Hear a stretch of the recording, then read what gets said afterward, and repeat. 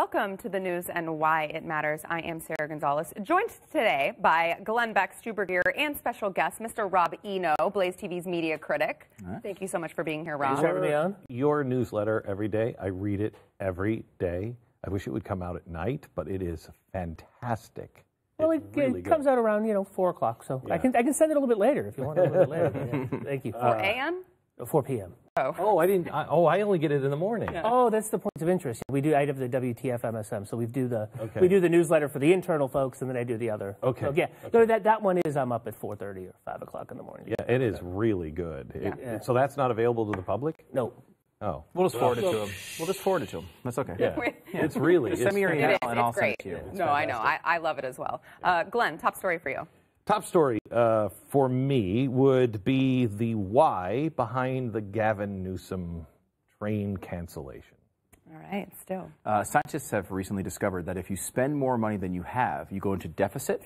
And this is something we're just discovering here today. It's a pretty interesting phenomenon. I'll explain it. All right, can't wait. Rob? Mine is Cory Booker wants to take away my ribeye and cheddar cheese. Oh, my gosh. It's horrible. What a devil. All right, lots to get into there. But first, we want to thank our sponsor, Riduzone. So, Rob, I always like to show our guests. Have you seen my before and after picture? I hear. I think I could use Riduzone a little bit as a American of girth. I think it's a girth. American of girth. That's I like that. That's a great phrase. If you are an American of girth, also, maybe you are looking for some thin privilege, as we saw on the internet. We're girthlings. Girthlings, exactly. Girthlings. You are a girthling. I like that. We are girthlings. And you're looking to be less of a girthling. Might I suggest you try Riduzone? The folks at Riduzone have taken the good molecule in olive oil and put it into a capsule for you. So you take it before your meals, and it helps boost your metabolism, help you feel full, reduces your appetite, so you're just not constantly in the pantry looking at what you can eat. So what if you cut out the middleman here and you just go straight for the olive oil over some pasta and some shredded cheese? I don't recommend that. That's not really. No. No, you got the high-fat olive oil with the carbs, and that's just really not, okay. Yeah, but the good news is there's Riduzone instead, so you don't have to chug the olive oil or anything like that. You can go to Riduzone.com and enter promo code TheBlaze. Get 30% off of a 3-month supply, $1.39 a day. You can invest that much in your health. RIDUZONE.com, promo code TheBlaze. Okay, Glenn. so I want to start with Gavin Newsom. Because now maybe I've just lived too long. Maybe capitalism is a giant mistake because we're all living too long, and then we start to realize, no, they don't really mean that. There's something else behind it. Gavin, and just help me out, when was the last time you saw anything Gavin Newsom do that was really adult-like responsible? It would be very rare. Yes. A long time ago. Right, a long time ago. Can you tell me anybody in California, in anything in the state of California, let alone the actual state of California, that they all sat around and went, you know what, that's a horrible waste of money? No. Can you? That doesn't happen. Okay, so what the hell is Gavin Newsom doing when he comes out? Now think of this. He's a green guy. Mm-hmm. He's the former mayor of San Francisco, okay? Not exactly even on planet Earth. He's now the governor of California. That's the state that just doesn't even understand the idea of a price tag. Everything's good, especially if it's good for the planet. The other thing that Californians care about, sitting in the car, right? Yeah. Okay. So they proposed a train that was supposed to cost, what, $20 billion? $10 billion. $10 billion. To start. Yep. Yeah. It was $10 billion.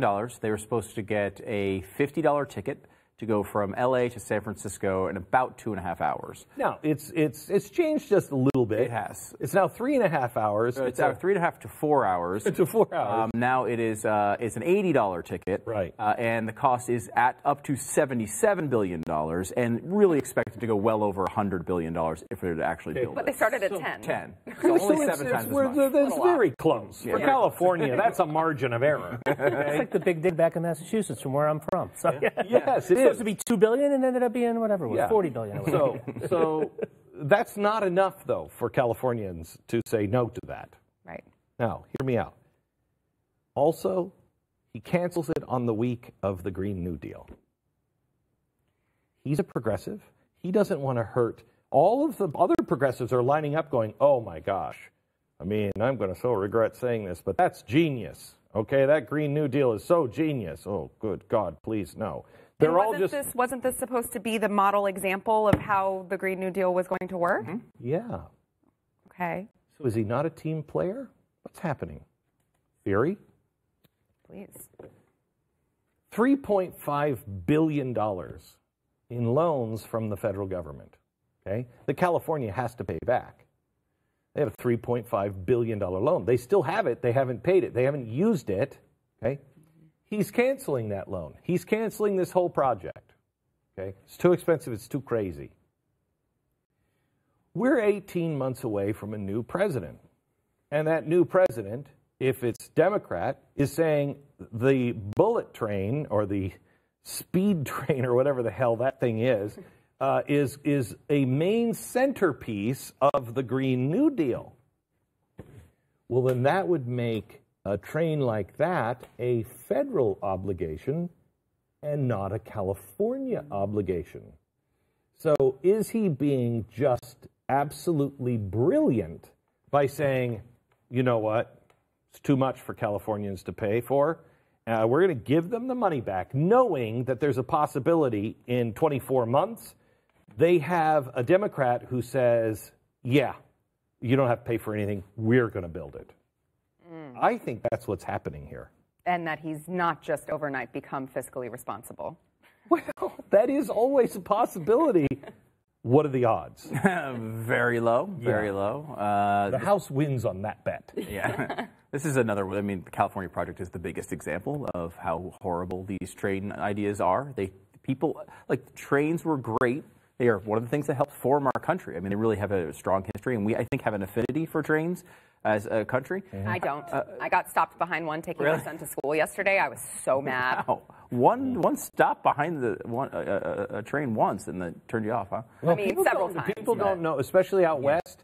You go out into the western states, those trains. Stop for like 30 minutes. Yeah, they go on and on and on. You're like, I'm going to starve to death in my car before this train is finished. Yeah, there are some places in America where the existing trains make sense. We talked about New York a little bit before off the air. There's a few places where, because the trains are already built, they can actually kind of pay for themselves. They just still are paying for debt in other places.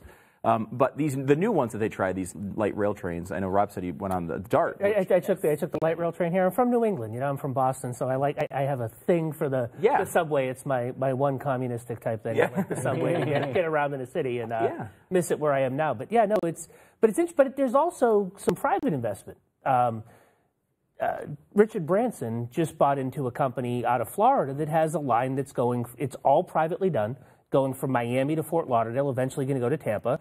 And they have plans to do it in 4 or 5 other cities, including one of the corridors where a lot of traffic goes between is right where I am in the middle of, in Greenville, South Carolina, is the Atlanta, Georgia to Charlotte, North Carolina corridor. And they're looking at privately doing it. And if it's private, it's fine. That's great. And if it works, it'll be fine. I would take it. I would take it. Imagine taking the $3.5 billion and say, you know what? Here's an X Prize. We think it's in our state's or our nation's interest to have a new form of transportation that is faster, fuel efficient, cheaper for everyone involved, does not require any subsidies, and it's all privately done. Here's the X Prize of $3 billion. Who wants it? I mean, Elon Musk is trying to do it, right, with his giant human bank tube. You can't. The giant bank tube. They have been trying to put a rail line and just finish the rail line in New York since like 1920. Okay, they can't get the subway, but in California, Elon Musk is under everybody's house. I don't know. Just their safes are dropping into his tunnel, and nobody has any clue that he's drilling underneath the ground until he's almost done. That's a reason to give it into private hands. They get it done. Yeah, and it's got to be done by private hands. I mean, 92% of the cost of light rail across the country is paid for by people who don't ride it. That is just, I mean, that's terrible, right? If you want to drive, because I took the train every single day into New York, back and forth from where I lived in Pennsylvania, and every single day, and I loved it. I mean, I actually really liked the experience. I got a lot done on the train. It's office time essentially. There's a lot to like about it. However, how much was I was paying probably half of what the ticket was supposed to be worth because it's subsidized by so many places. There's so much debt. It should be people who are actually using it that buy it. This is the same thing for sports stadiums and all these other projects that governments launch on their own. Uber is a great example of a private company putting another private company, the yellow cab, completely out of business and making that a much better experience. And trains don't have the impact outside of the Northeast Corridor that they will in 10 years because we're going to be, when we talked to the chairman of GM, he said, we're not going to be making cars in 2030. We're going to be making pods, and it's going to be for fleets. It's not going to be anything recognizable that now. So that if that's what they're thinking now, we are going to be in some sort of an Uber world. Well, okay, then a train makes sense. But right now, in most of the country, I got to drive 30 minutes to get to a train station, park my car, get on a train, then rent a car on the other side. Doesn't make any sense. Yeah. Stu, I want to move on to this latest, you said, scientific discovery that if you don't have money, you shouldn't be spending it. Yeah, it's a weird idea. It's really controversial still. It's in the discovery phases. The government's still studying this. Yeah. All this money that we have, we can certainly waste it on trains, like the brand new ones in California, because we have so much. We're the richest nation in the world, I'm fascinated by the fact that we crossed the line yesterday of $22 trillion in debt. $22 trillion in debt. Was it a big story, really? I mean, I didn't see all that much coverage on it. Remember how immoral it was in 2008? Yeah. Oh, yeah. Un-American and immoral. Yeah. I mean, and, look, we all know Democrats don't care about debt. The only time they ever bring it up is when they want to raise taxes. That's the only thing they ever, it's a useful argument in that situation. Republicans, unfortunately, also don't seem to care about debt unless they're in the minority. And then they're like, oh, I absolutely care about debt. And they care about debt up until the moment they get power, and then they no longer care about debt. I'm concerned about the way this is escalating and how fast it's escalating.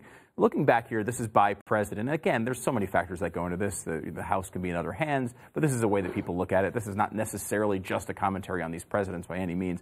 But Ronald Reagan averaged about $232 billion a year in additional remember how deficit. Reckless he was? He was the worst guy in the universe. Yeah, and this is forever. about 4.4% of the economy, of GDP. Next up is George H.W. Bush. Now, he put $400 billion a year, about 6.1% of GDP. Then it was Bill Clinton. Now, Clinton had the nice advantage of having, the internet created during his presidency, which was helpful, and also a Republican Congress that was constantly fighting against him to stop spending. So his numbers look pretty good, and we know there's a lot of nuance to that, but still, $175 billion, 1.7% of GDP. Then George W. Bush, okay, up to $731 billion a year at 4.9% of GDP. A little higher than I'm comfortable with. Barack Obama goes even farther. Barack Obama at $1.073 trillion a year, and that's 5.7% of GDP. The problem here, though, is that Donald Trump has not slowed this down at all. Here's Donald Trump's numbers, $1.229 trillion, so we're up another $250 billion a year, basically, and 6.3% of GDP, which is the highest of any of the presidents we've talked about here, and going back a very long way. The problem with Republicans is the second they get power, they no longer care about debt. I mean, Trump was pretty clear about this when he was running. He doesn't believe in he's not that concerned about it. He was talking about big infrastructure projects and a lot of new spending, and he's not the type that's going to come out and do the whole Paul Ryan. We really care about Medicare for 6 months. But he also is a guy who's lived his whole life on debt. He just makes sure that it doesn't belong to him. That's why when he declares bankruptcy, everybody else fails because he carves it out so it doesn't affect him. Well, there's no way to carve any of this out so it doesn't affect all of us. And this is not, by the way, just Donald Trump's fault. No. He does not seem to be prioritizing this as a problem. And I got to say, we elected him. He said it clearly. He was pretty clear about it. He also can't do any of that without Congress. Right. And Congress has been really bad on that as well. People like to blame the tax cuts for it, which, you can make an argument that part of it is that. But I mean, the bottom line is these are long-term systemic problems that we do not want to address. And, the fact that this is just escalating, the next 2 years look just as ugly as the first two when it comes to debt with Trump. Here's why this matters. Anybody have an adjustable mortgage? Huh? I don't now, but I mean, a lot of people do. An adjustable mortgage. A lot of people have an adjustable mortgage. I'm paying 2%, 4%, 6%, whatever.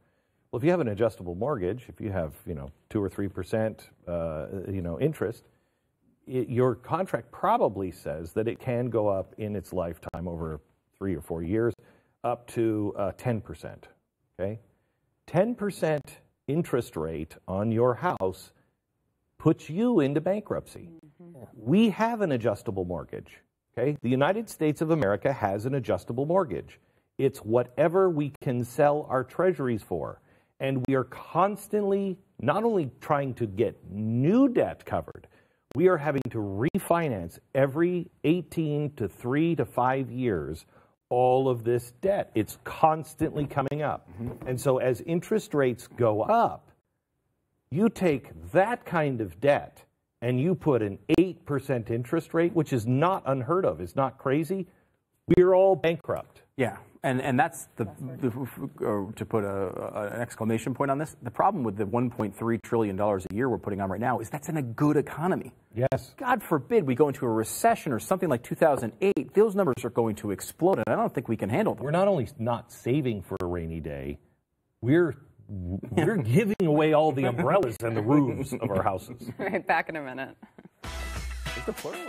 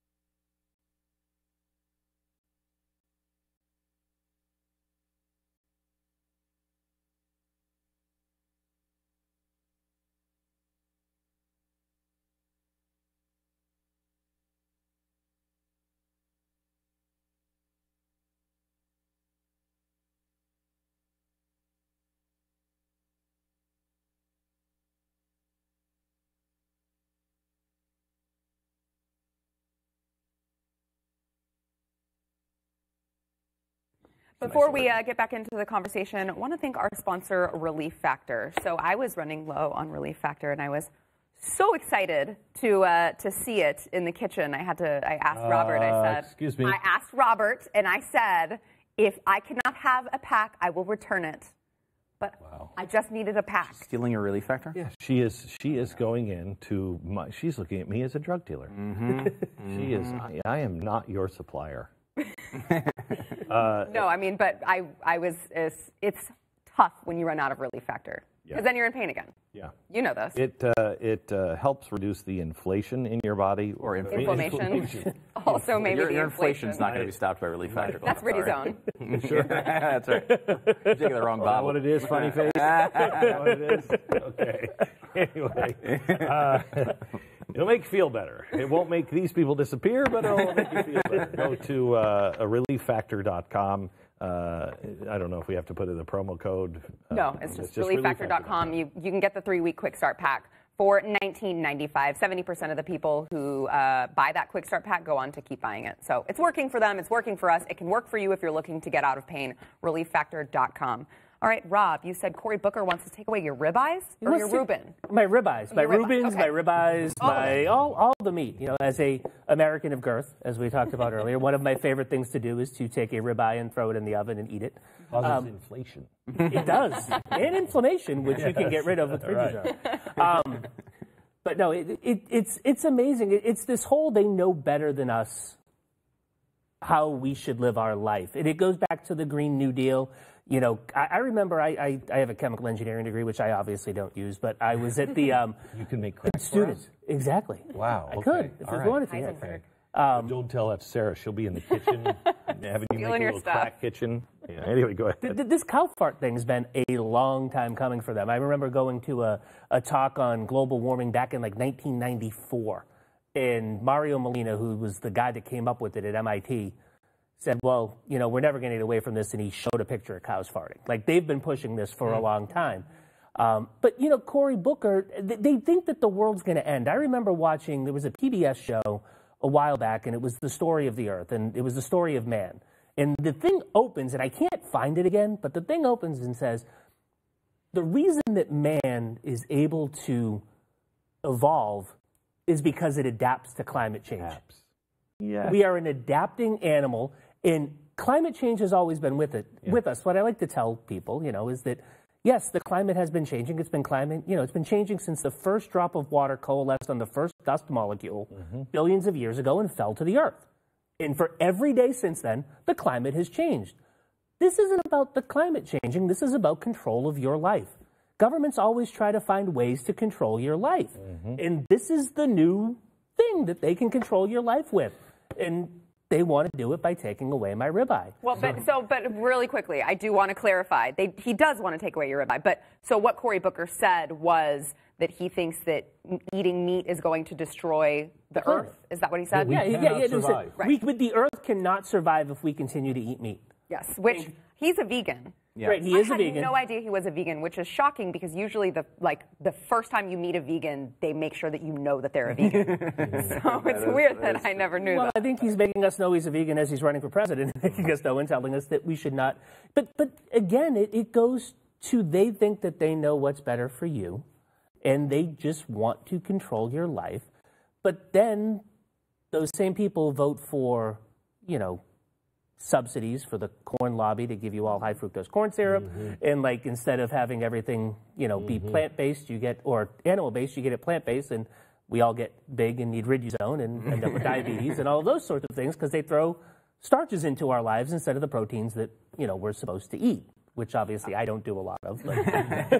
I'm fascinated that, you know, Glenn Beck comes out and does a show on the dangers of ISIS, right? Like, he will get media pushback that says he's a fearmonger, he's a scaremonger. Yet every day they go on television and tell us literally everyone on Earth is going to die because of global warming, and that's never fear-mongering. But see, here's the thing that here's how you know this is total bullcrap with them.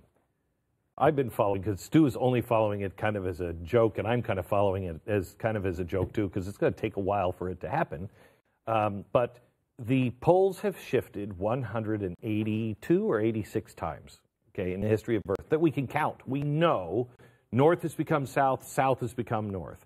Now, that's quite a process to do that, but it's currently moving at 60 miles or 60 kilometers a year, faster than it has in anyone's lifetime, okay? So it's moving, and they believe that it'll come to a certain point, and then it'll just switch, and then it'll go back. And so Antarctica will be the North Pole, and Santa will be from the South Pole, okay? We will be going south.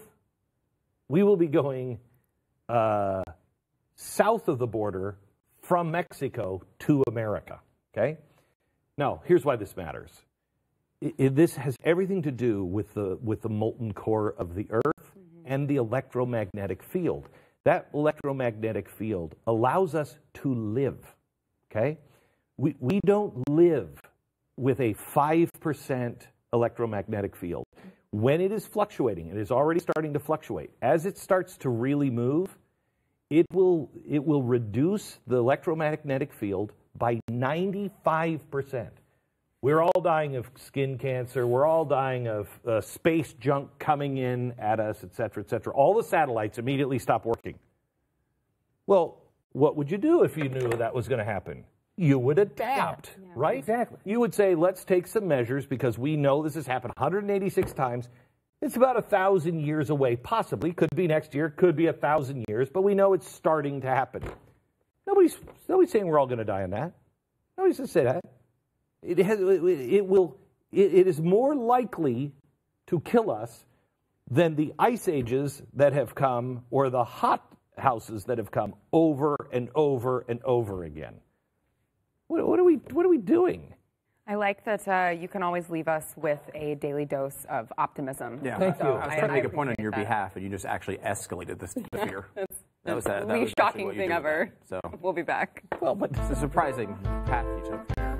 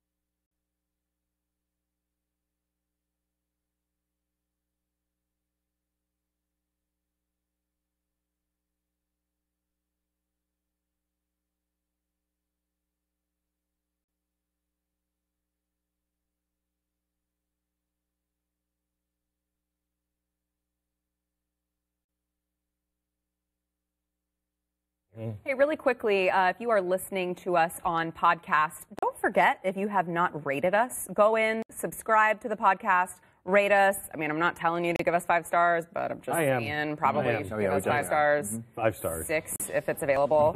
And don't forget, if you have not already signed up for Blaze TV, you can go there now. Sign up, blazetv.com, use promo code NEWS, and you can get $10 off of your annual subscription. We do this awesome little thing every day called Overtime, where we continue this conversation, but you can only find it at blazetv.com. You're missing out. So you got to go there right now, blazetv.com, promo code NEWS. We'll see you there.